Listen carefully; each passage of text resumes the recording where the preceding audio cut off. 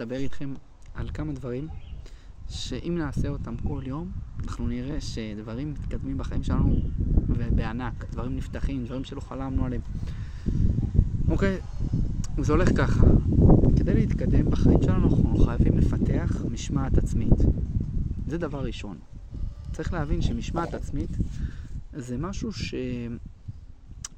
פעולות שצריך לעשות אותם גם שלא מרגישים, גם שאנחנו מרגישים הכי למטה, שהכי לא הולך לנו, שהכי לא מצליחים.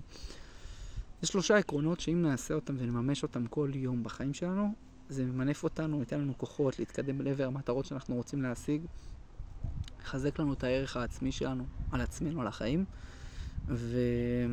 ויפתח לנו הרבה מקומות של שפע. דבר ראשון זה לעשות כושר. עד תחילת היום לקחת 20 דקות של ריצה, כושר, אימון. זה לא חייב להיות משהו קשה. כל אחד מה שעושה לו טוב ומשחרר אותו ומרגיש שמוצאים ממנו את האנרגיות שהוא צריך. למה? ברגע שאנחנו מתגברים בגוף, אנחנו מלמדים את התודעה שלנו שאם הצלחנו להתגבר על משהו אחד, אנחנו נוכל לעבור על עוד הרבה מכשולים. וכדי להגשים את עצמנו וכדי להגשים את החלומות שאנחנו הכי רוצים, אנחנו נצטרך להתגבר על הרבה פחדים, הרבה אתגרים שיהיה לנו בדרך.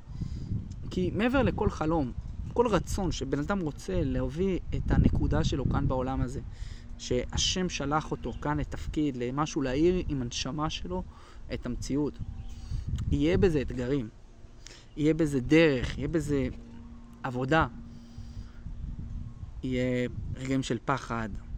נגיד בן אדם שהוא רוצה להיות מנטור, הוא צריך להוציא סרטונים, לחזק אנשים, יש לו פחד להיחשף, פחד לעלות על במה, פחד לדבר. כל תחום, כל עסק שאנחנו נרצה לעשות, אין לנו הרבה פחד לעשות את הפעולות האלה, ואין לנו הרבה אכזבות. ודרך המנטליות של הספורט, שאנחנו מלמדים את עצמנו להתגבר, זה גם מלמד את הנפש שלנו להתגבר במצבים קשים. ואין מה לעשות, דרך הגוף זה מחזק גם את הנפש. הגוף והנפש עובדים ביחד. דבר שני, לקחת ספרים של התפתחות אישית, ספרים שבאמת אנחנו קוראים אותם, אנחנו מרגישים שהם נותנים לנו כוח ללכת אחרי החלומות שלנו, כוח בזוגיות, לדעת איך לתקשר יותר טוב, בהורות, כל אחד בנושא שמעניין אותו. אבל תחשבו על זה, אם אתה לוקח זמן, לוקח חצי שעה ואתה מכפיל אותה כל שבוע, זה יוצא 2.5 שעות. בחודש זה יוצא 10 שעות. בשנה יש 48 שבועות. מכפיל 48 כפול 10, זה 480 שעות. ב10 שנים זה יוצא 4,800 שעות. זה יוצא המון זמן. והזמן הזה, שיש לנו את התובנות הנכונות שנכנסים לתוך המוח שלנו, בזמן הנכון, פתאום אנחנו נראה שזה נותן לנו כוח. פתאום אנחנו נראה איך נוכל להתגבר על כל מיני דברים מנטליים. הרבה ממה שמפריע לנו להתקדם זה המחשבות. הפן המנטלי, איך לעשות, איך להתגבר מבפנים כדי לעשות מה שאני רוצה לעשות. איך להיות בעל יותר טוב, איך להיות אישה יותר טובה. אז זה דבר שני, ללמוד. להקדיש זמן ביום ללמידה. זה יכול להיות משהו כמו 20 דקות, חצי שעה. פרק זמן משמעותי שלאט לאט יטמיע בנו את המסר, את המסרים הנכונים. והדבר שזה אחד מהדברים הכי חשובים בעיניי, זה להיות כל הזמן מעקב אחרי המטרות שלך. 10 דקות ביום, לכתוב לעצמך מה אתה רוצה מעצמך, מהיום בכללי, לזמן הקצר ולזמן הארוך. כי ברגע שיהיה לנו את המקום הזה של עבודה חיבור למטרות שלנו, תחשבו איזה מדהים זה. איזה מדהים זה שבן אדם הוא רואה דברים שהוא רוצה לעשות והוא עושה אותם. הוא לא חי באוויר. הבעיה שלנו הרבה בחיים שאנחנו יכולים לחיות באוויר. נגיד, תחשבו על זה, ספינה. היא נוסעת ממקום מסוים. אם תתחיל לעשות סיבובים בתוך הים, בלי לחתור לאיזה מטרה, תאבד את עצמה. כל האנרגיה שתיפול. ואנשים כאילו חולמים על איזה חלום מסוים, והם לא תכלס, הם לא מציאותיים. אז מה תכלס אני צריך לעשות כדי להגשים את המטרה שלי? אז הפעולה הראשונה זה לכתוב את המטרות מול העיניים, שזה יהיה ברור לך. אני רוצה לעשות את הדבר הזה והזה. אני עושה את זה, אם אתה יכול אפילו לכתוב את זה ברמת הפעולה. נגיד אני רוצה לעשות כושר, אני עושה בשעה 7:30, אני עומד לרוץ במקום הזה והזה. אם אני רוצה ללמוד, אני לומד במקום X. אני מחבר את הפעולות שלי למציאות בשטח. אבל הנקודה זה פשוט לכתוב את הדברים מול העיניים, כל יום להיות במעקב. הצלחתי, לא הצלחתי, זה מדד להתקדמות, ווואלה, באמת, תגיעו רחוק. עם השלושה כלים האלה, זה כלים מאוד עוצמתיים. והיסוד להכל זה משמעת עצמית. להבין שבעצם, כביכול זה נראה הגבלה. שאתה עושה את הפעולות האלה, לעשות כושר או לעשות דברים כאלה ואחרים, זה נראה שזה מגביל אותך. למה שאני אעשה את זה? אני מרגיש דפוק, אני מרגיש שלא...